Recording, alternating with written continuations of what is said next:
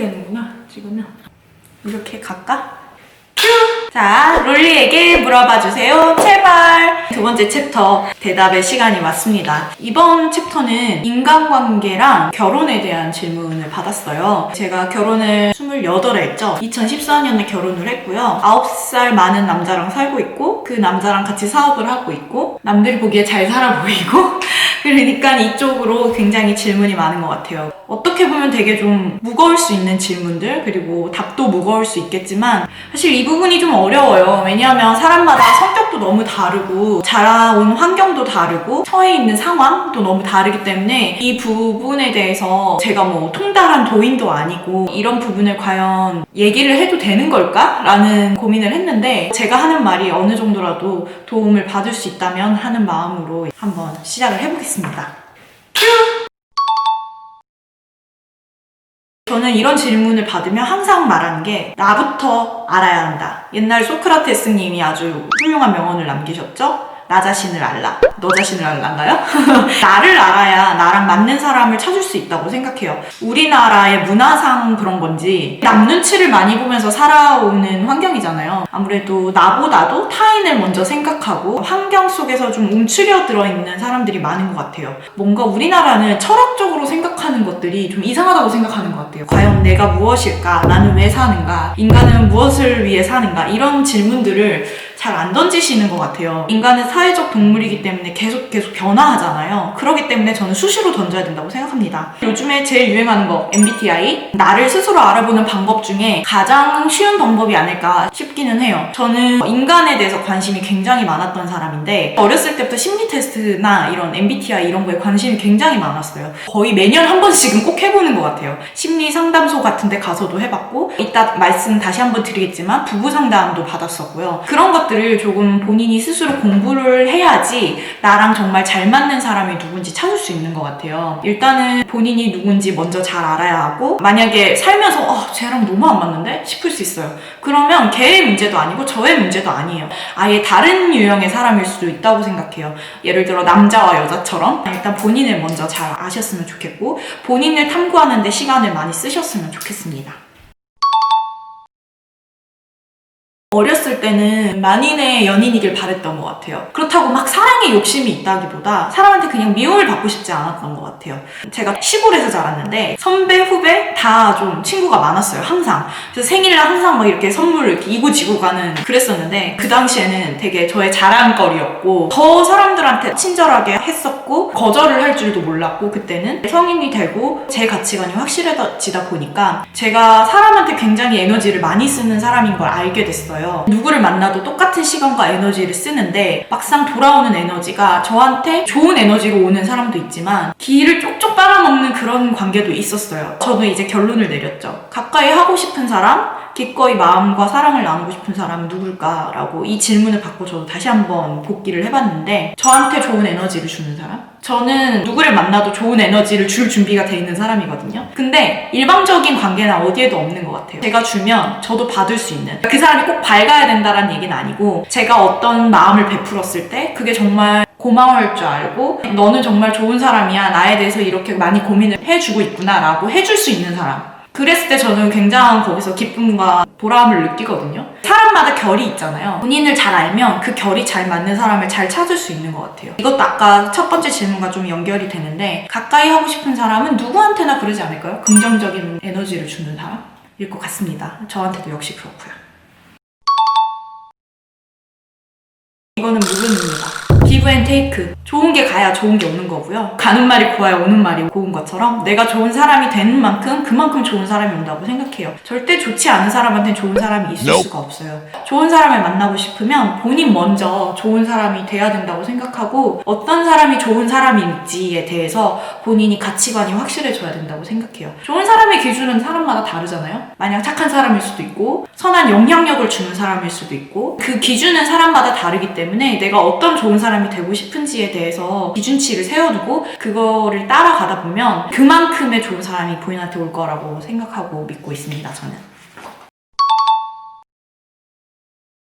완전 괜찮다고 생각해요. 사람의 수는 저는 절대로 질과 비례하지 않는다고 생각해요. 저는 사람이 굉장히 주변에 많거든요. 어렸을 때는 어떤 게 부러웠냐면 단짝 친구가 있는 사람이 너무 부러웠어요. 저는 단짝 친구는 없는 것 같아요. 10년 전에 만난 친구는 일에서 편안함을 주고 한 달 전에 만난 친구는 일에서 새로움을 주기 때문에 저는 항상 뭔가를 결정할 때 베스트를 고르는 게 제일 어려웠던 것 같아요. 가장 좋아하는 음식, 가장 싫어하는 음식, 가장을 고르는 게 저는 가장 어려웠거든요.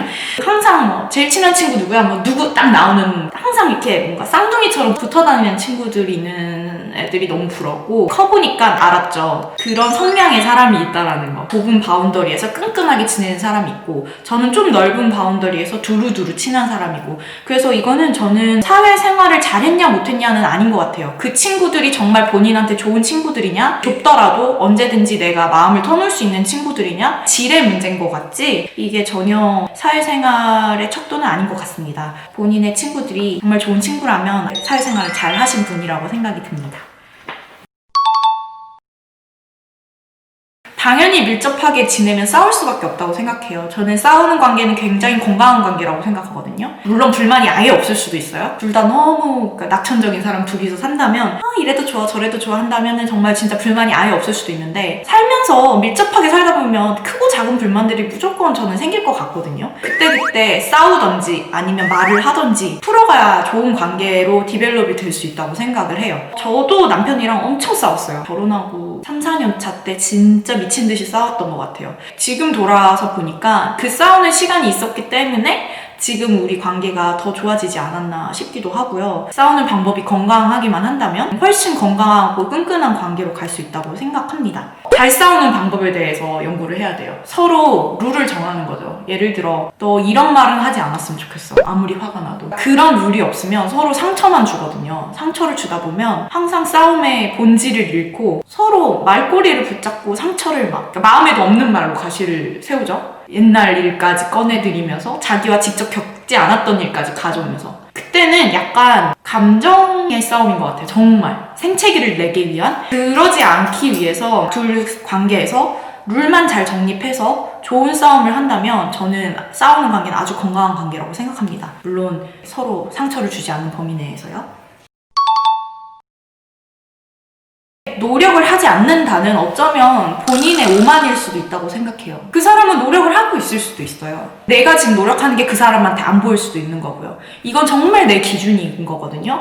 그렇기 때문에 이런 부분도 저는 다 대화를 해야 된다고 생각해요. 이 사람한테 뭔가 불만이 있다면 이 사람과의 관계를 위해 노력을 하고 있다면 저는 되게 티내야 된다고 생각해요. 나는 이렇게 노력을 하고 있어. 너도 이 부분에 대해서 노력을 했으면 좋겠어. 근데 의외로 그 사람이 사실 나도 이렇게 노력을 하고 있어 라고 얘기를 할 수 있거든요. 나는 노력하는데 넌 노력 안 해 라는 거는 조금 어떻게 보면 오만한 생각일 수도 있겠다. 여기서 제가 얘기할 수 있는 건 저도 같은 경험이 있는데요. 부부 4년차 될 때 부부 상담을 받았어요. 그때 저희가 너무 많이 싸웠어요. 아까 말했던 서로 생채기를 주는 상황까지 갔었고 제가 제안을 했죠. 부부 상담을 한번 받아보자. 처음에 남편이 엄청 거부를 하다가 나중에 남편이 같이 가자 해가지고 하게 됐는데 상담을 받고 좋아졌는데 저는 원래 성격이 제가 어떤 잘못을 하면 그걸 되게 바꾸려고 많이 노력을 하고 뭐든지 습득하는 게 빠른 사람이에요. 제가 생각해도 너무 많이 바뀌었어요. 남편이 싫어하는 행동을 안 하려고 되게 많이 노력을 했고 그렇다고 생각을 했는데 남편이 한 달 후에 제가 싫어하는 행동을 또 한 거예요. 저한테 또 상처 주는 말을 한 거예요. 그때 너무 화가 폭발을 해서 결국 또 서로 엄청 싸웠어요. 그 부부 상담을 갔다 온 지 한 달 만에. 그러고 제가 너무 열받아가지고 뛰쳐나와서 이제 상담 선생님한테 전화를 했죠. 선생님 저는 이렇게 노력을 하고 있는데 남편은 노력을 하나도 하지 않아요. 막 무슨 막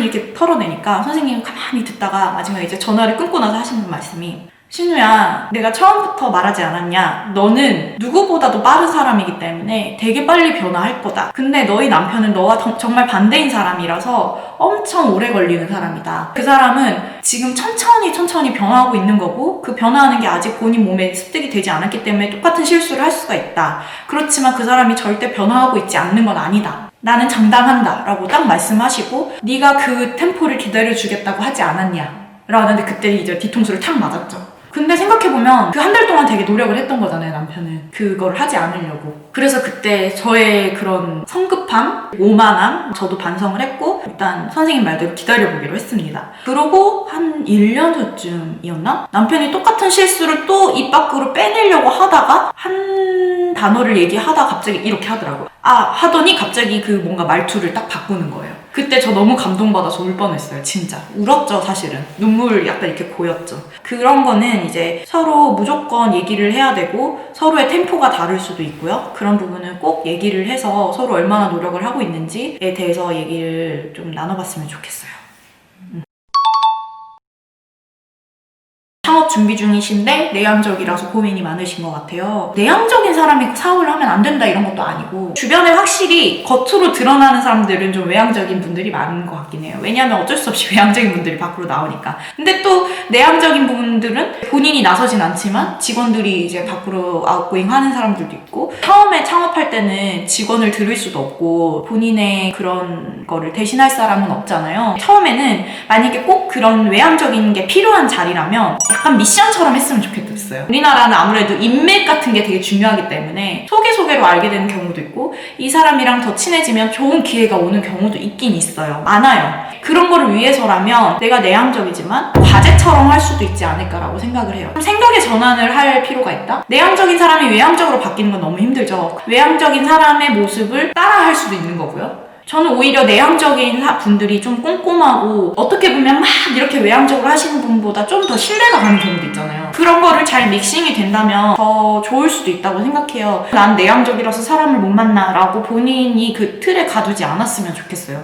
본인이 본인 사업에 확신이 있고 그거에 대한 틀이 잘 만들어진다면 내향적이냐 외향적이냐는 그렇게 중요하지 않다. 저도 갖지 못한 반대 성향의 그런 특징들이 있잖아요. 그런 부분이 필요하다면 저는 정말 과제를 하듯이 임무를 수행을 하듯이 한답니다. 예를 들어 회계 관련이나 그런 거를 진짜 저는 못하거든요. 근데 다 했어요. 직원이 없을 때는 제가 다 해야 되니까. 실수도 많죠. 근데 어떻게든 다 하게 됩니다. 그래서 너무 본인이 난 못한다 라고 가두지 말고 노력을 해보십사. 응원합니다. 파이팅! 본인이 본인을 너무 안 좋아하는 것 같아요. 본인 그대로를 받아들이는 연습을 먼저 해야 될 것 같고 그래야지 다른 분들도 다른 사람들도 본인을 좋아하고 본인을 받아들일 수 있어요. 본인이 본인을 인지하지 못하고 사랑하지 못하고 인정하지 못하면 절대 다른 사람들은 그 사람을 사랑해주지 않고 인정해주지 않아요. 제가 뭐 심리 상담가는 아니지만 자존감은 본인 스스로밖에 해결할 수 없는 문제라고 저는 생각을 하거든요. 저도 자존감이 바닥이었던 시기가 있었고 그때 결국에는 이겨냈던 게 제가 스스로 노력해서 근데 그 노력이 뭐였냐면 제가 제 스스로를 위로하기 시작했어요. 괜찮아. 너는 멋있어. 할 수 있어. 다시 일어날 수 있을 거야. 라는 그런 메시지를 저한테 계속 들이부었어요. 하나의 방법은 저는 저한테 일기를 쓰기 시작했거든요. 편지처럼. 신우야 이러면서 저를 되게 객관적인 눈으로 얘기를 하기 시작한 거예요. 제가 친구들한테 항상 위로해줬던 그런 말들을 저한테 하기 시작했어요. 월요일이면 괜찮아질 거야 라던가 아니 내일 아침에 눈을 뜨면 너는 아주 행복할 거야 라던가 그런 주문 같은 걸 걸어주고 내가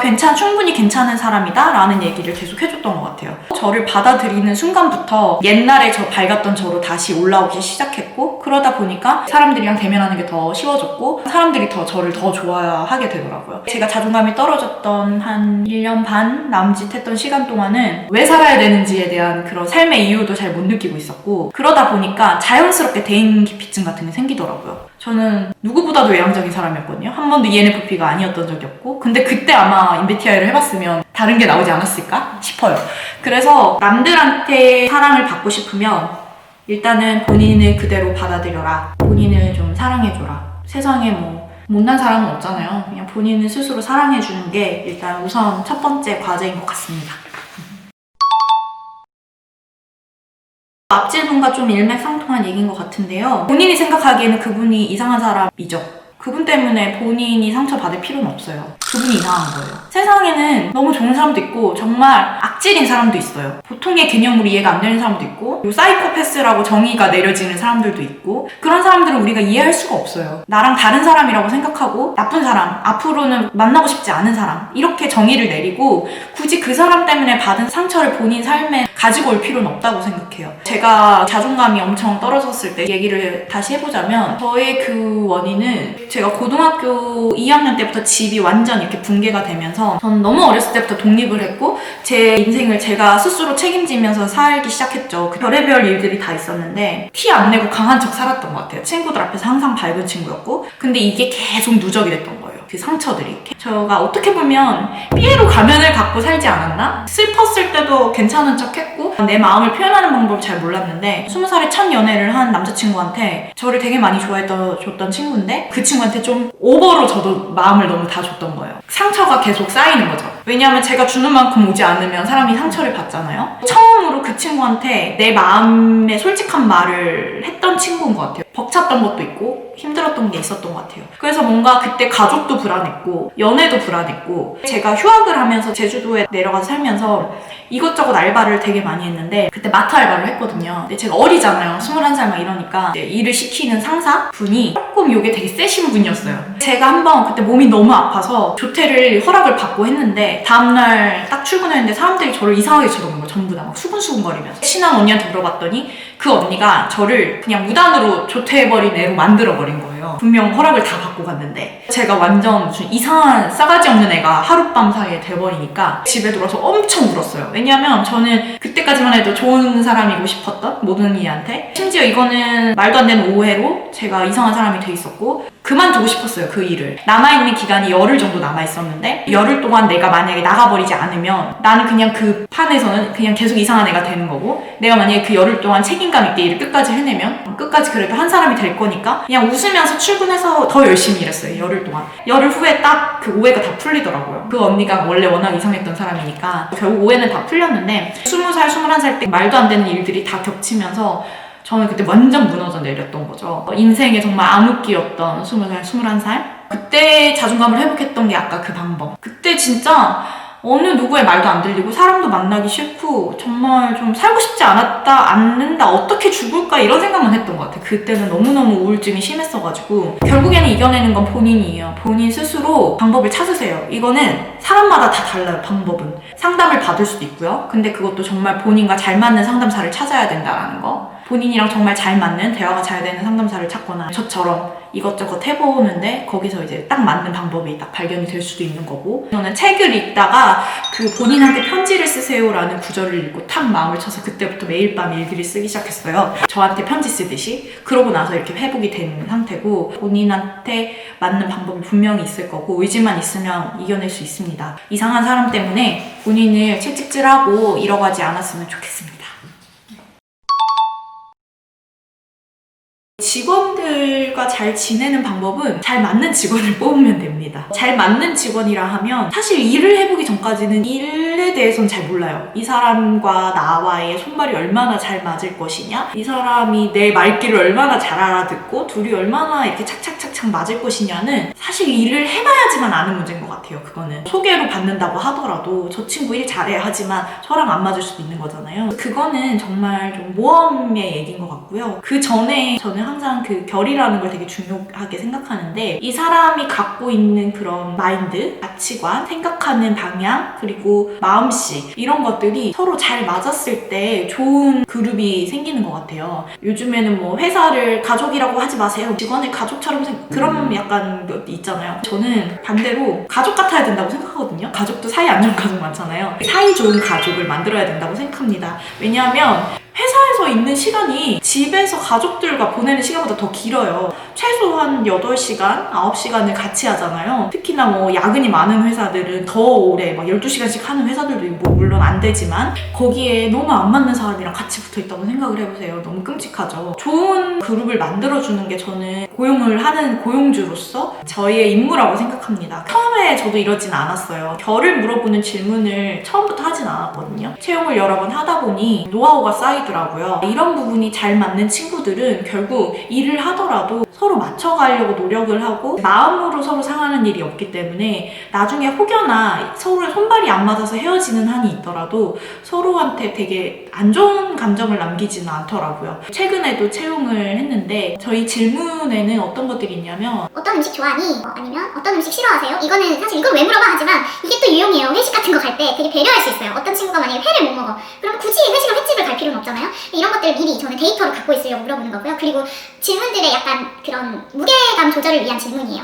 가볍게 던질 수 있는 질문, 그리고 가볍게 대답할 수 있는 질문. 오를리데이를 어떻게, 왜 좋아하게 됐으며, 어떤 부분이 가장 좋으며, 이 그룹에서 본인은 어떤 역할을 하고 싶냐, 그리고 1년 뒤 나의 모습은 이 그룹에서 어떤 모습을 했으면 좋겠냐, 이런 것들을 되게 꼬치꼬치 물어봐요. 질문이 한 30개 되는 것 같아요. 저도 한번 답해보려고 하면 너무 어려운 질문들이긴 한데, 이 어려운 질문에 한번 답을 하고 난 분들은 확실히 본인을 더 잘 알아가게 되고, 저도 그 글을 읽다 보면 이 사람을 만나지 않더라도 이 사람이 어떤 사람이다라는 그림이 그려져요. 그 다음 면접, 두 번째 면접 때도 제가 생각했던 거랑 크게 벗어나지 않더라고요. 확실히 그런 절차를 통해서 채용하게 된 친구들이랑은 심적인 마찰이 없고요. 같이 있는 동안은 정말 즐겁게 지냈던 것 같아요. 직원들과 관계가 좋으려면 나랑 잘 맞는 직원을 뽑아야 한다. 그러려면 뭐죠? 저를 잘 알아야죠. 여러분, 제가 말이 너무 많죠? 말하려고 하면 옛날 경험들을 또 다 말해야 되는 스타일이어서 우리 고다가 너무 힘들 것 같아, 이걸 편집하려면. 지금 인간관계에 대한 내용만 하는데 지금 거의 뭐 1시간을 찍은 것 같은데, 근데 또 약간 자를 내용은 또 없는 것 같아가지고 일단 인간관계는 여기서 한번 끊어가고요. 2탄으로 결혼 얘기를 이어가겠습니다. 따다닥 올려드릴 테니까 인간관계는 여기까지, 결혼 이어갈게요.